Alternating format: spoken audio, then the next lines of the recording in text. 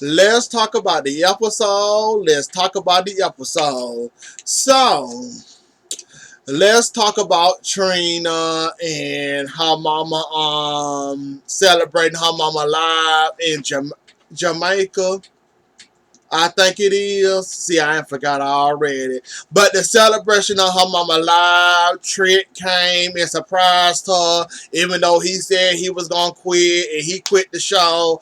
It was a nice celebration. Like Trina enjoyed it really. Trina enjoyed herself. She had fun, even though she had moments where she had tears in her eyes, like she wanted to start crying or whatever. But Trina had fun. She had a blast. She enjoyed herself, and it was a nice little celebration of her mama. And we didn't know Trick. Well, we didn't know Trina mama was the cause of Joy and Trick Daddy getting together though. But other than that though, it was a nice little celebration for her mama, and I'm glad Trina enjoyed it to be around her relatives and talk about her mama and all the good things and all the fun stuff they did together. And it was sad, but it was also entertaining with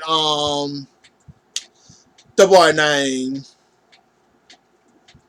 Bobby Lights, with Bobby Lights cooking and all that. It was a good time though. It wasn't like a sad moment. It was like they was having a good time, even though it was a celebration of somebody's life, and you have moments where you get yourself together and start to crying and all that. So let's talk about let's go ahead and get Briscoe on out the way. Briscoe and Briscoe. No, let's get Hood Bread out the way first. Now, Hood Bread, I said you was a strong woman. I said you did the right thing. Even though it's not my relationship and you have the right to, pick if you want to forgive this man and move on and try to make it work, or you have the option to leave and say forget you and walk on away with your life. You went and got advice from a former a cheater.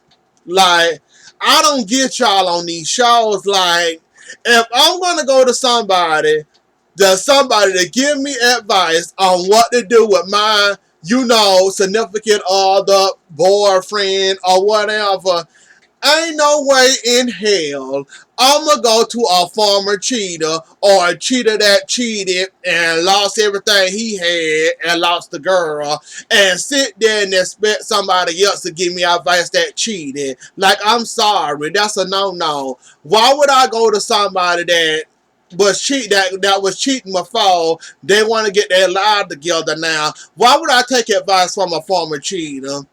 I don't get it. Hood Brett, that's your friend, but I don't get it why you was sitting there having a full-blown conversation and basically he telling you, well, you should forgive him. Well, are you willing to move on with him or move on with your life? Do you think it's worth the fight? Do you think you can do this and that? Like, I'm sorry, you cheated before. Why I'm getting advice? Why I'm getting advice from you when you cheated yourself? Like, I don't get it. And I'm glad that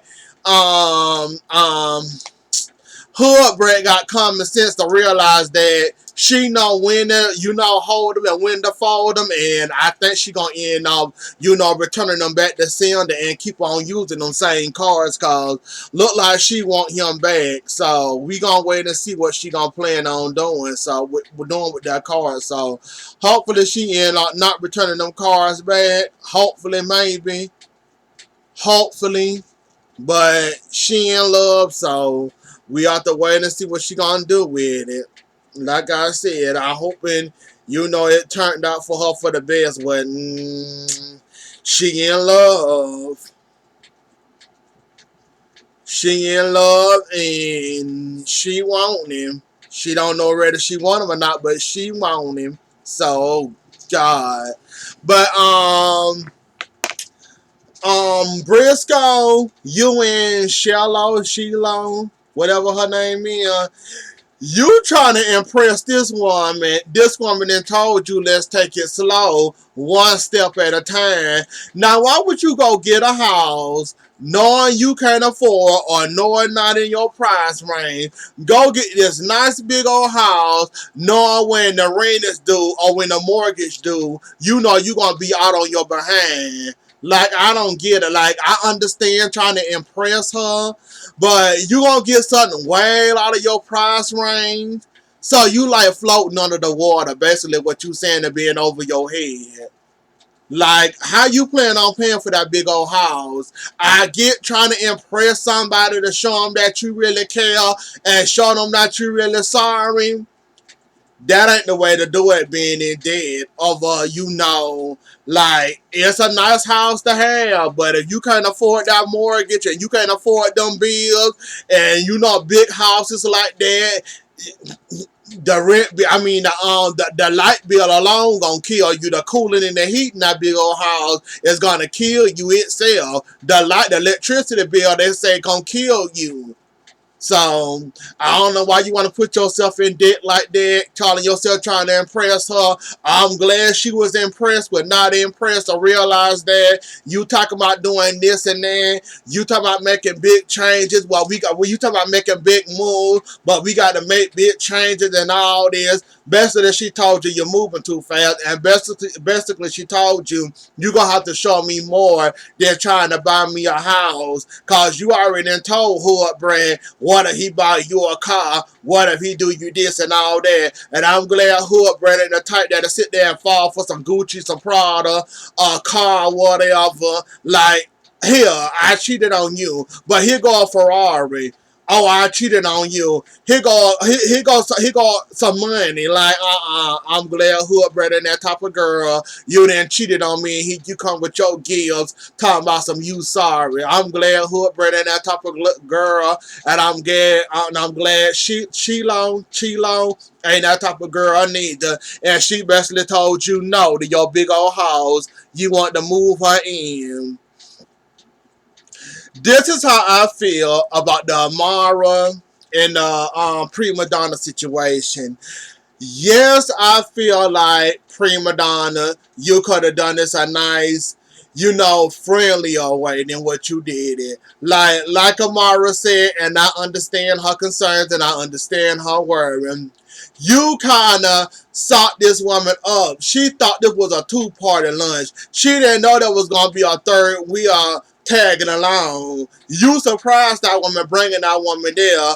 That woman was surprised about what she was hearing, even though even though she said she was living a life this woman told her that you plan on living. She's grateful for what you did for her, but you did it in a sneaky, kind of not so cool type of way. Like, there's ways to warn a girlfriend or a good girlfriend or whatever, and there's sneaky, conniving ways the way you did this right here. Like, you did this like you want to teach Amara a lesson. Like, you did this like we ain't really friends, but here you go, girl. I don't care what you and MJ got going on. This is what I'm going to do for you. Like, you could have done this a nice, a friendlier way than what you did. And that's what Amara was trying to express to you, while you was wondering why she upset, why she so mad at you, why she giving you all this energy, why she ain't entertaining you. Now you realize you could have handled that a better way than what you handled that. You chose to handle it that way by having that girl come in at the element of surprise. Amara was caught like a deer in the headlights. She didn't know what to expect. This woman come out spewing stuff about her boyfriend. She didn't know whether to believe this, not believe it, or possibly said, you lying. So when the woman started speaking and she realized, oh shoot, this woman ain't telling no lies. I'm actually living the life she said she lived.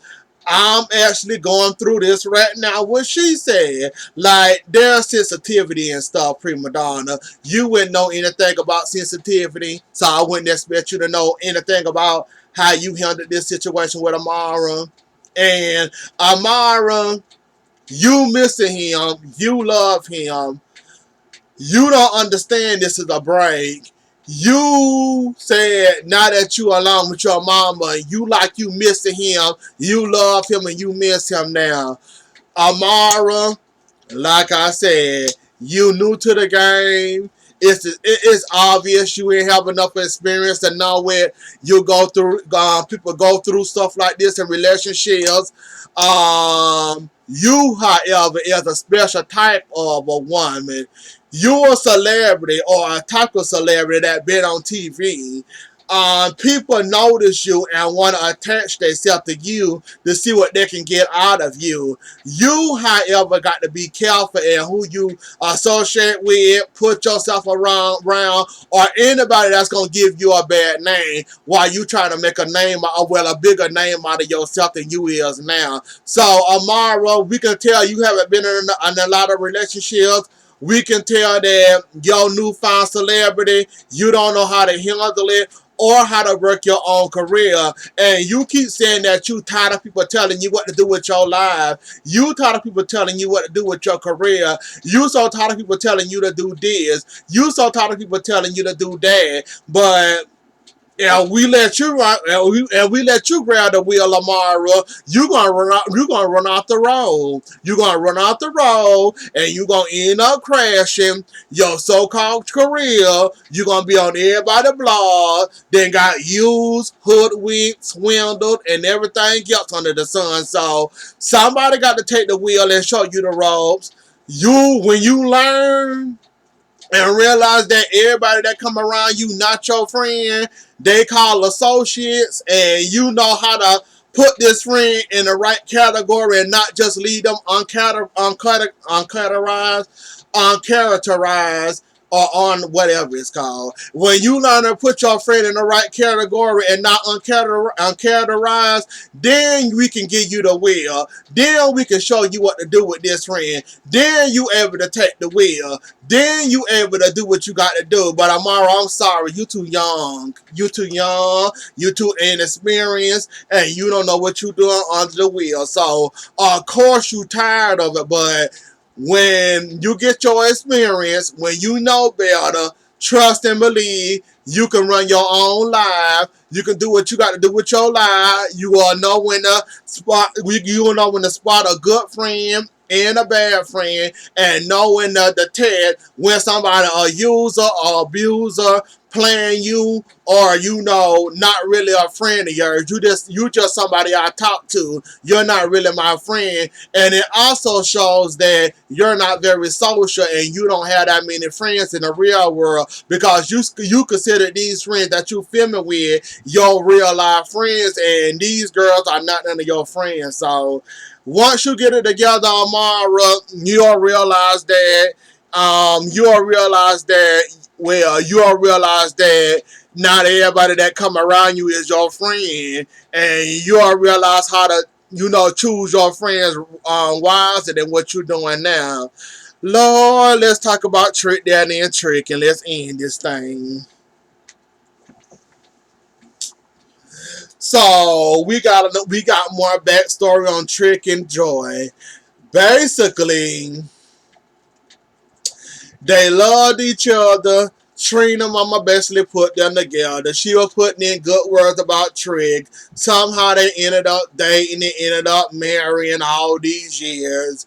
Basically, Trick wanted to hurt Joy because she never told him he appreciate her. She loved I think it was Joy said she never heard Trick Daddy say she loved him, he appreciate her, or one of them said that.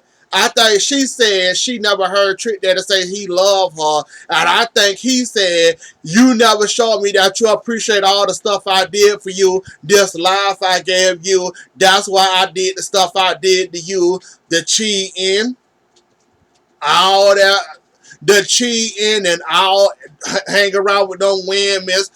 I, I don't know what he was doing when he was married to her, but all the stuff he did to her, basically, she never told him that she appreciated him.